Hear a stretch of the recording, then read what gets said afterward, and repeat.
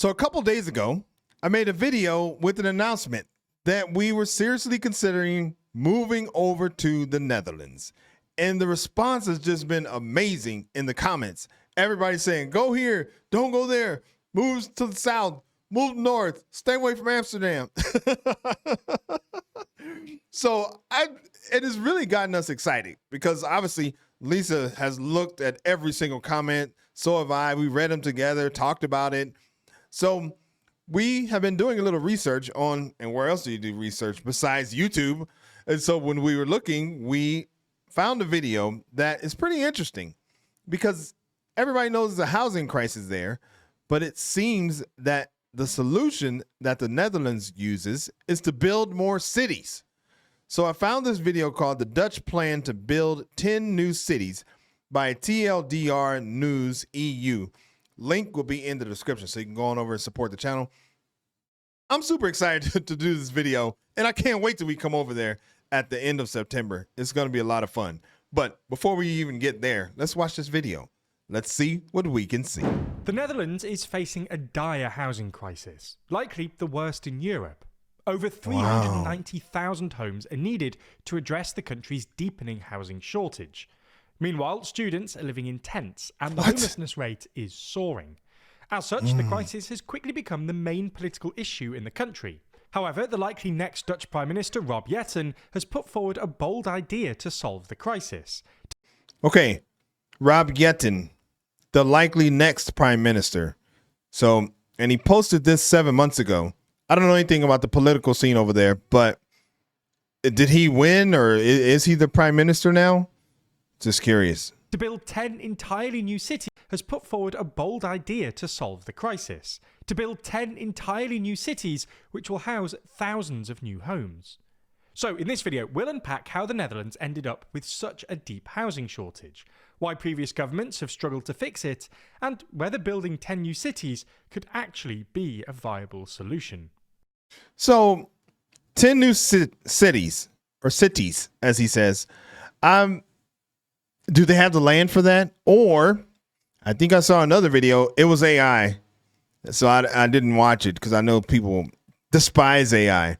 But it was super interesting talking about how basically they kind of built their own, land in a lot of ways. So would this be new land? Or do they have the land, but it's zoned or something for something else and they want to make houses on it? I don't know. Maybe he's going to talk about it. But, I like asking questions. Subscribe. Let's start with some context.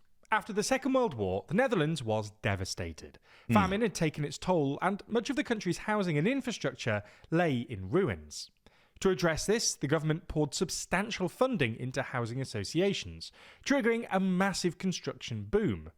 Between 1945 and 1975, nearly 1/5 of Amsterdam's current housing stock was built, and nationwide, the housing supply almost doubled. By the 1980s and 1990s, once the immediate post-war housing shortage had been addressed, the government shifted its approach. After decades of heavy spending, public debt had grown considerably. Policymakers began pulling back support for housing associations, which were restructured as more independent non-profits rather than extensions of the state. At the same time, the government actively encouraged home ownership by offering generous tax breaks. As buying became more attractive, the share of renters declined. This period also saw a rapid rise in mortgage debt. Between 1999 and 2009, Dutch household mortgage debt soared from about 55% to around 105% of GDP, the highest ratio in the world. Much of this was fueled by cheap credit and tax-subsidised borrowing.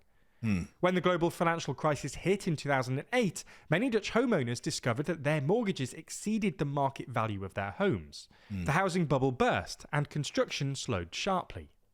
With high public debts, the government pursued austerity measures, but they did not reduce tax benefits for homeowners. Instead, they introduced new taxes on housing associations, which means social housing became restricted to the lowest income groups. Oh, interesting. So, let me see. Hold on. Market value of their homes. The housing bubble burst and construction slowed sharply. Okay, so 2009, the housing bubble burst and construction slowed sharply. With high public debts, the government pursued austerity measures, but they did not reduce tax benefits for homeowners. Instead, they introduced new taxes on housing associations, which Oh, means wow. social housing became restricted to the lowest income groups. A substantial number of socially owned homes were sold to private investors, especially That's true. I know I've talked with some people there who they did tell me that there were a lot of those social housing units there. I think actually Sky may have even told me that, but and other people, but I do remember having that conversation with him. A substantial number of socially owned homes were sold to private investors, especially in cities like Amsterdam. Meanwhile, environmental rules aimed at curbing nitrogen pollution began halting construction projects across the country, and thousands of planned homes were stalled or cancelled, reducing affordable housing stock in central areas and pushing rents to new highs. Today, the ability to build social housing has been severely weakened. Housing corporations are underfunded and struggle to compete with private developers, especially given high land and construction costs. Buying a home has also become completely unattainable. From 2015 to 2021, the average household disposable income increased by 25%, but house prices rocketed by 63%. Oh, wow. And today, the average home costs more than 10 times the modal income. Damn. And that's because of the demand. The supply is low. Obviously, the demand is high. Okay. And it sounds like they give a lot of power to like corporations and the wealthy. Does that sound right? Am I hearing that correctly? And today, the average home costs more than 10 times the modal income. At first glance, the solution to the housing crisis seems obvious. Simply build more homes to meet demand. Right. Yet, despite the urgency, no government appears willing or able to commit to the scale of construction needed. A recent example was the collapse of the far-right PVV-led government earlier this year. Although the PVV had promised to accelerate house building, it quickly backed away once in power, faced with planning rules, environmental limits, and budget pressures. Instead, it proposed a 2-year freeze on social housing rents. So it campaigned on something that didn't happen. It sounds like that sounds very like politician-y. That's not a word. Pressures. Instead, it proposed a 2-year freeze on social housing rents, a move widely criticised as a superficial quick fix rather than creating a long-term solution. This is because whilst a rent freeze might help low-income households briefly, it also cut the income of housing corporations, limiting their ability to build new homes. It could even push more affordable units onto the private market, further reducing supply and increasing demand. Furthermore, with 60% of the land already built up, farmed or lying below sea level, the question of where and how to build is a highly political issue. In the run-up to October's general election, each political party had a different idea of what should be sacrificed to make room. Every party offered a different solution. Far-right anti-immigration leader Geert Wilders argued that local authorities should no longer be required to house refugees, and even proposed demolishing the National Public Media campus to... So they're required to house refugees, sounds like. Local authorities should no longer be obligated to house refugees. And even proposed demolishing the National Public Media campus to redevelop the land into housing. Green Left Labour suggested phasing out mortgage interest tax relief over 12 years, converting airports and disused industrial sites into housing, and establishing a new non-profit housing corporation exempt from profit tax and backed by a government loan. The Christian Democrats focused on building large new neighbourhoods, while the left-wing Volt Party proposed closing the Tata Steel plant in IJmuiden and redeveloping the vast site into a new Tata city. In the end, the left-leaning centrist D66 party, led by Rob Yetten, was... Yeah, is that... Wait, they're not on there. The D66 party. Is it the CDA? In the end, the left-leaning centrist D66 party, led by Rob Yetten, won the election. And D66 has perhaps the most creative proposal on how to solve the housing crisis, building 10 new cities. Now, on the one hand, this plan is pretty unprecedented. As we've outlined, no recent government has proposed creating new urban centres on such a massive scale. Wait, I'm wondering what's right there right now. I'm assuming just empty land. Does that sound right? Or I don't know. Maybe there's buildings there that they have to demolish or something. But I wonder what's there, and I'm not sure exactly where there is. No recent government has proposed creating new urban centres on such a massive scale. At the same time, with about 1/4 of the country lying below sea level, the Netherlands has a long tradition of ambitious land reclamation projects. So, in many ways, the D66 is reviving this older tradition of large, nation-shaping spatial planning and applying it to today's housing shortage. Okay. One of the proposed cities would sit between Amsterdam and the province of Flevoland, a new settlement provisionally named Expat, after the river running through northern Amsterdam.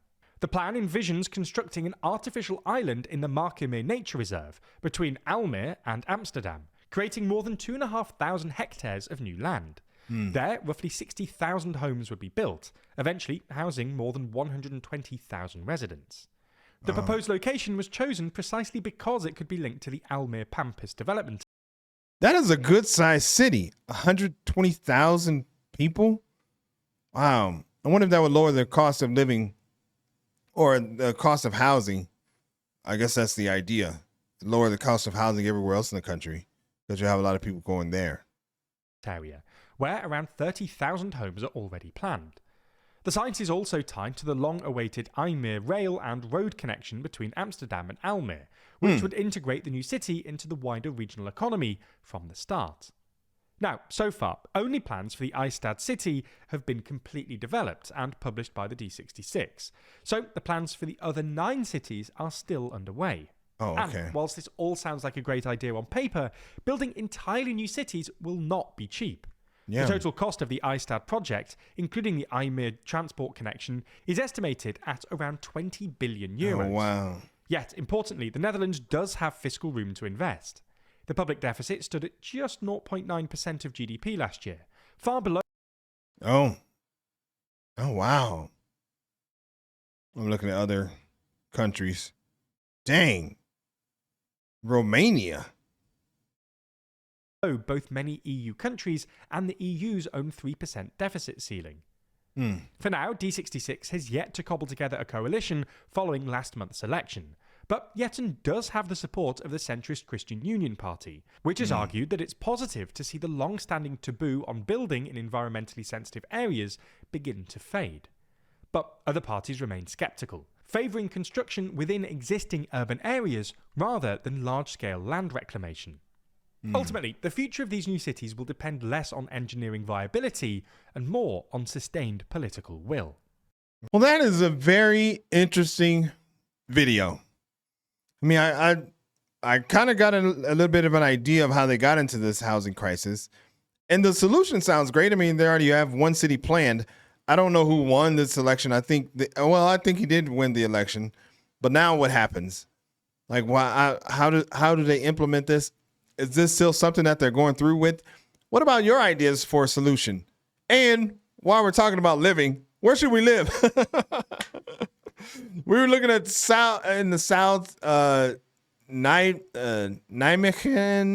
or Lent, or somewhere down there.